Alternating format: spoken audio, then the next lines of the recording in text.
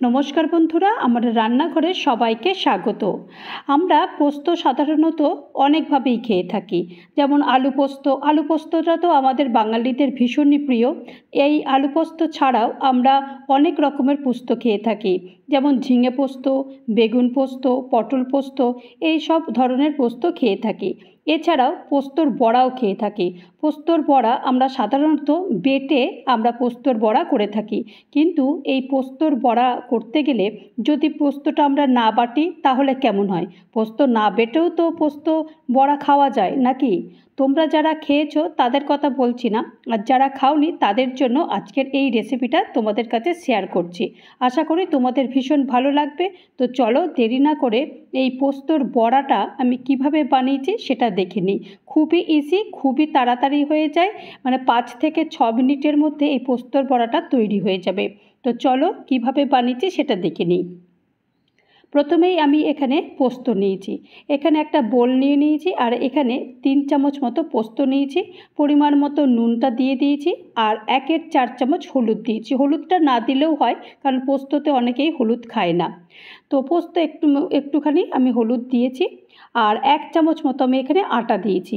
আটা দিয়ে তারপরে সমস্ত উপকরণগুলো ভালো করে এই পোস্তর সঙ্গে মিশিয়ে দিতে হবে। প্রথমে এই মেশানোটা একটু বেশ ভালো করে এটাকে মিশিয়ে দিতে হবে। মেশানোর পর এখানে আমি একটু একটু করে জল দিয়ে একটা ব্যাটার তৈরি করব। তবে এখানে কিন্তু একদম ঘন ব্যাটার তৈরি করব না, একদম পাতলা মতো ব্যাটারটা তৈরি হবে। তো সেই কারণে একদম পাতলা ব্যাটার হবে বলে যে একদম একেবারেই জল দিয়ে দিলাম তা নয়, মানে দেখে শুনে বুঝে শুনে জলটা দিতে হবে। তো আমি দেখো একটু একটু করে জলটা দিয়ে একেবারে একটা পাতলা মোটামুটি একটা পাতলা ব্যাটার তৈরি করব। দেখো তোমরা দেখে বুঝতে পারছো যে আমি কতটা পাতলা ব্যাটারটা তৈরি করেছি। ঠিক দেখো এই রকম আমি যেমন দেখাচ্ছি ঠিক এই রকম একটা ব্যাটার তৈরি করেছি। আর টেস্টের জন্য বা ঝালের জন্য একটা কাঁচা লঙ্কা কুচি কুচি করে দিয়েছি। তোমরা যদি একটু বেশি ঝাল খেতে পছন্দ করো তাহলে এখানে লঙ্কার পরিমাণটা বাড়িয়ে দিতে পারো।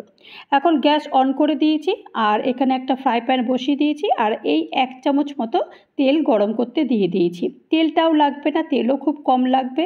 এরপর এই 2 চামচ মতো এইরকম পোস্তর ব্যাটারটা এরকম দিয়ে দেবো। দিয়ে দেখো একদম প্রথমেই আগে খুন্তি লাগানো যাবে না, খুন্তি লাগালে কিন্তু এই পোস্তর বড়াটা উঠবে না। সেই কারণে ওকে ওর মতন নিজের মতো করেই হতে দিতে হবে।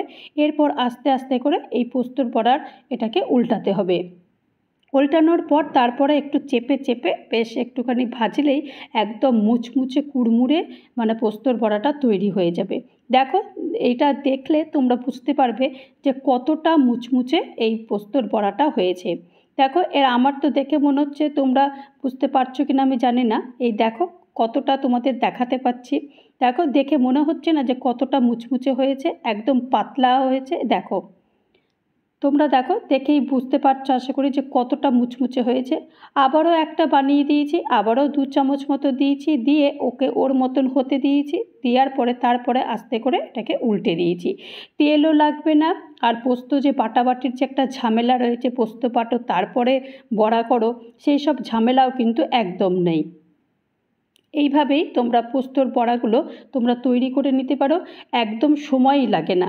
জাস্ট খাবার আগে একটুখানি এটাকে ভেজে নিতে পারো, তাহলে সুন্দরভাবে তৈরি হয়ে যাবে এই পোস্তর বড়া। দেখো সবগুলো কিন্তু আমি পোস্তর বড়াগুলো তুলে দিয়েছি, আর দেখো দেখেই মনে হচ্ছে না কতটা মুচমুচে। আমি তোমাদের একটু দেখিয়ে দিচ্ছি, দেখো একদম মুঠোর মধ্যে চলে আসছে, এতটাই মুচমুচে হয়েছে। আর কোনো ঝামেলাই নেই, ঝামেলা ছাড়াই তৈরি হয়ে যাবে পোস্তর বড়া। তো তৈরি হয়ে গেল আমার পোস্তর বড়া। আশা করি তোমাদের এই রেসিপিটা ভালো লেগেছে, আর ভালো লাগলে অবশ্যই একটা লাইক করো, পারলে আমার চ্যানেলটা সাবস্ক্রাইব করে আমার পাশে থেকো। আর যারা নতুন বন্ধু হয়ে আমার চ্যানেলে ভিজিট করেছো তাদেরকে অজস্র ধন্যবাদ। আর যারা এখনও পর্যন্ত আমার চ্যানেলটা সাবস্ক্রাইব করোনি তাদেরকে অনুরোধ করব চ্যানেলটা সাবস্ক্রাইব করতে। আবারও নতুন কোনো একটা ভিডিও নিয়ে তোমাদের মাঝে চলে আসব। ততক্ষণের জন্য তোমরা সবাই ভালো থেকো, সুস্থ থেকো, আর আমার চ্যানেলের সাথে থেকো। আর এই রেসিপিটা তোমরা যদি ফেসবুক থেকে দেখে থাকো তাহলে আমার চ্যানেলটা ফলো করার অনুরোধ রইল, আর যদি ইনস্টা থেকে দেখে থাকো তাহলেও এটা ফলো করার অনুরোধ রইল। ভালো থেকো, নমস্কার।